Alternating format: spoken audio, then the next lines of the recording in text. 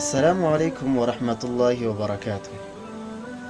يونس عليه الصلاة والسلام د الله رب العالمین پیغمبر کله چې هغه د ماهی خېټې ته ولوېدو نو په دغه وخت کې هغه څه کلمات ویلي چې هغه ډېر اهم کلمات دي.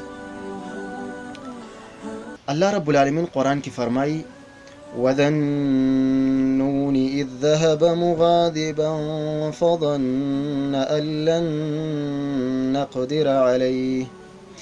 یونس علیه السلام چې کله د ماهی خېټې ته ولوېدو نو په دغه ټیم کې په هغه تیارو کې الله رب العالمین ته هغه آواز وکړو نو په تا باندې چې څه مشکل یې څه غم یې درته نو الله ته آواز کوه، په مخلوق پسې مه ګرځه. څه یې ویل لا إله إلا أنت سبحانك لا إله إلا أنت سبحانك إني كنت من الظالمين. دا کلمات ویل لا إله إلا أنت سبحانك إني كنت من الظالمين.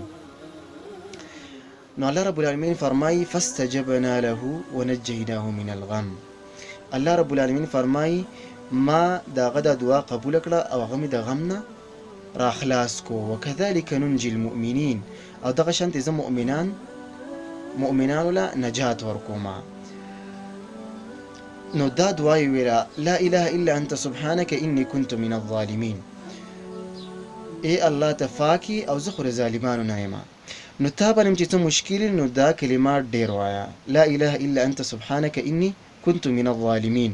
پیغمبر صلی الله علیه وسلم فرمایي څوک چې دا کلمات وایي نو الله رب العالمین به د دعا قبول کړي او الله به د غمونو نه خلاص کړي. والسلام علیکم ورحمة